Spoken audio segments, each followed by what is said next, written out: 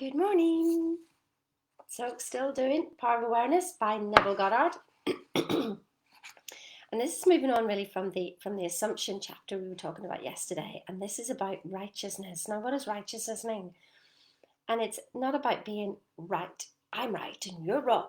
No, it's about knowing that you're right, to stop the self-doubt. How many times have you literally, should I? Shouldn't I? Oh my God, is this the right move? Or I shouldn't do that.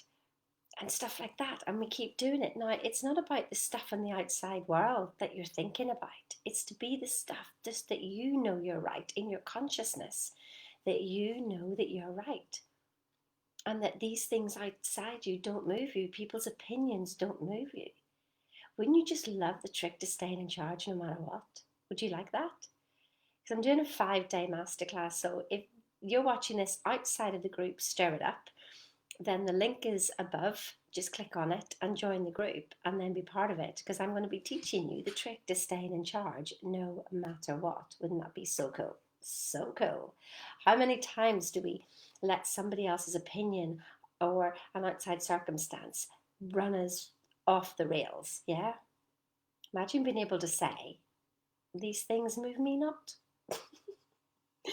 I know I'm right and I'm okay with it. Not in an egotistical sort of way, but just a calm, confident, get on with it kind of way. Yeah? Wouldn't that be lovely? So it's like righteousness is defined as the consciousness of already being what you want to be. So this is where, like, we're always thinking, do. What should I do next? What should I do next? Is this right? Is that right? But we're missing the mark there. When we can think, who am I being? Who am I being? Does this person know that she's right? Yes, this person does know that she's right. And it's okay for you to be right too while I'm right. It's okay. It doesn't matter. Yeah?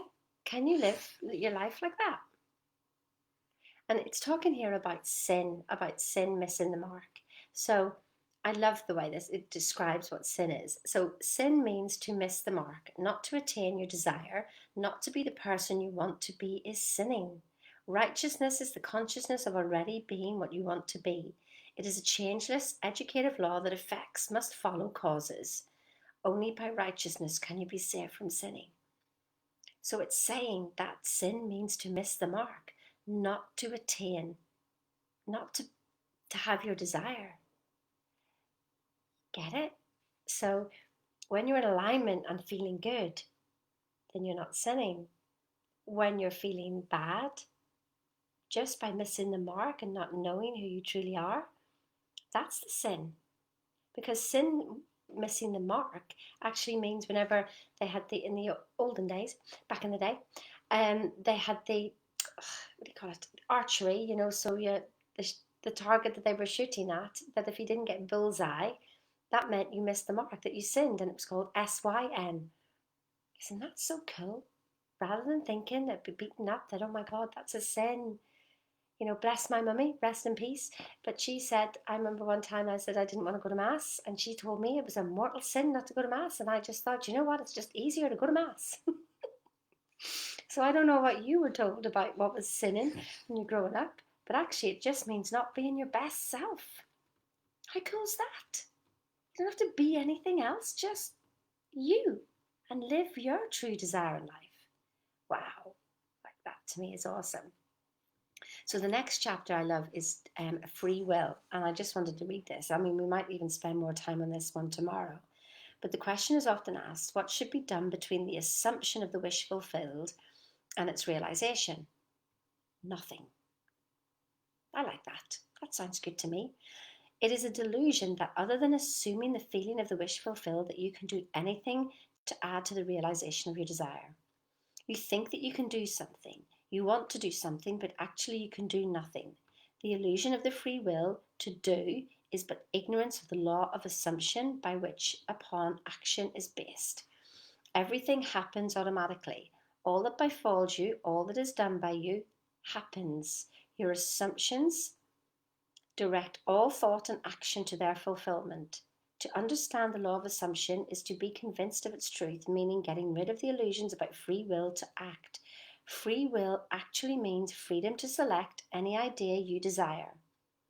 And by assuming the idea already to be a fact is converted into reality. Beyond that, free will ends and everything happens in harmony with the concept assumed.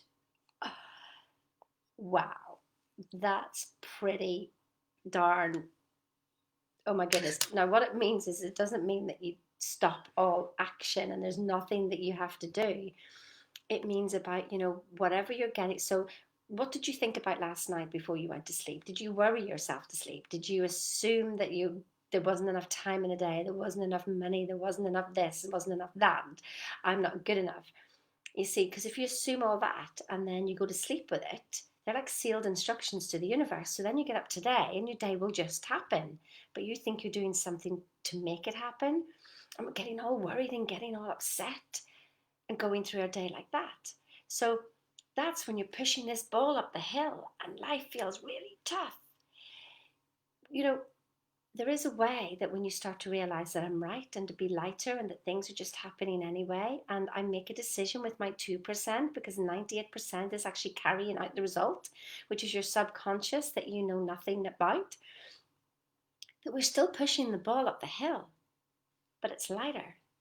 It's just lighter and it's so much more fun because we know that it's happening anyway. So do you want to push the ball up the hill? This is like the 4 levels of manifestation. So the first level being life happens to you, so I'm a victim, or life happens by you. I will use it on the outside world and I will make things happen. Isn't that how we live our life? That's the exhausting bit. That's why you're so tired. But there is another way. And that's life is happening for me. I'm just here pushing this ball up the hill. It's no big deal. I'm having fun while I'm doing it. It's all in your perception. Isn't it so amazing? So 2% is your conscious, 98% is driving the results and making things happen. Our mind is only for making decisions and choosing what we want and then letting go and allowing the universe to do its job. But we still do our action, but we do our action lighter and brighter and knowing that whatever's going to happen and accepting where we are. You see, that's the biggest thing, isn't it? The resistance. We fight reality, don't we? Oh my goodness, did I fight reality? I mean, yes, we still do. I can still feel it at times, but I pick it up on it so quickly now. But we fight. I don't want this to happen. I don't like the weather. I don't want this and I don't want that. And why is it like this? And why is this happening to me? But if we can just go, it is what it is. Harvest the good, forgive the rest, focus on being happy. Not even focusing really on what you want. I mean, you know what you want. But focus on being happy and being right and feeling good and knowing that that's my main job today is just to feel good, and then the rest of the world will figure itself out. And I'll know what to do because I won't be all stressed and worried and downtrodden. I'll be light and bright and I'll see the solutions that need to be done. Imagine if that was your only job today. Be happy.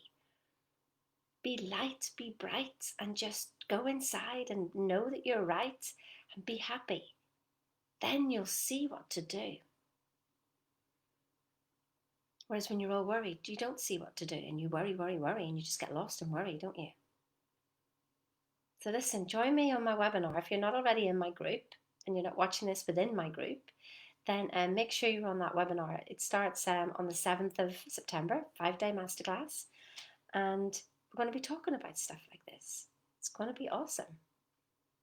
So listen, what are you going to be right about today? Remember, not ego right and not making anybody else wrong. Just know that you're right. And it's okay to be you. I mean, that's a start, isn't it? It's okay to be you. I love that. Listen, have an awesome day today, and I'll see you again tomorrow.